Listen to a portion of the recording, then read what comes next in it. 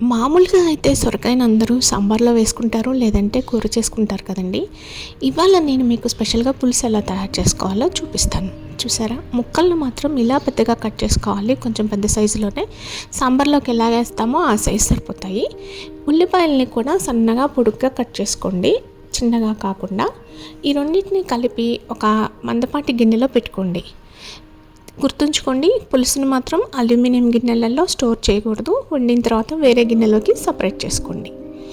ఇలా వేడి చేసేటప్పుడే కొంచెం పసుపు, ఉప్పు, లైట్గా ఆయిల్ కూడా వేసి సిమ్లో ఉడకనివ్వండి.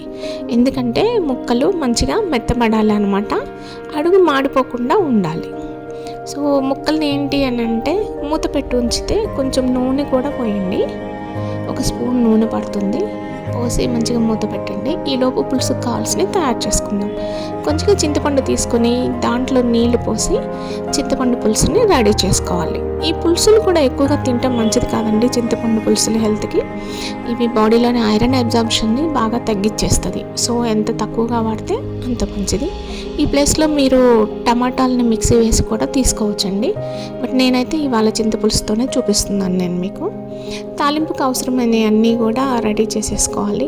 పులుసుని మనం మగ్గినటువంటి ఈ ముక్కలలో పోసేసుకోవాలన్నమాట. ఇలాగా చూసారా ఎలా ఉందో.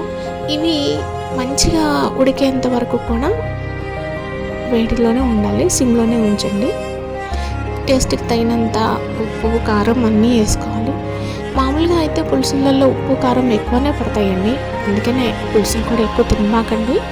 ఎప్పుడన్నా ఒకసారి మనసు చంపుకోలేక తినాల్సి వస్తుంది, అప్పుడు మాత్రం తింటూనే ఉంటాము. నూనె కాగగానే మనం తాలింపుకి రెడీ చేసుకున్నటువంటి పదార్థాలన్నింటినీ ఇందుట్లో వేసి మంచిగా వేగనివ్వాలి. అలాగే లాస్ట్లో కొంచెం కరివేపాకాసి చిటపట్లాడించి అవన్నీ కూడా తాలింపుని మనం తయారు చేసుకున్న పులుసులోకి వేసుకుంటే వావ్, చూడటానికి కలర్ఫుల్గా ఉన్నా కూడా ఎమ్మీగా కూడా ఉంటుంది. ఇది అన్నిట్లోకి తినొచ్చండి, రైస్లోకి బాగుంటుంది. తర్వాత మిల్లెట్స్తోని కూడా చాలా బాగుంటుంది. ట్రై చేయండి ఒకసారి.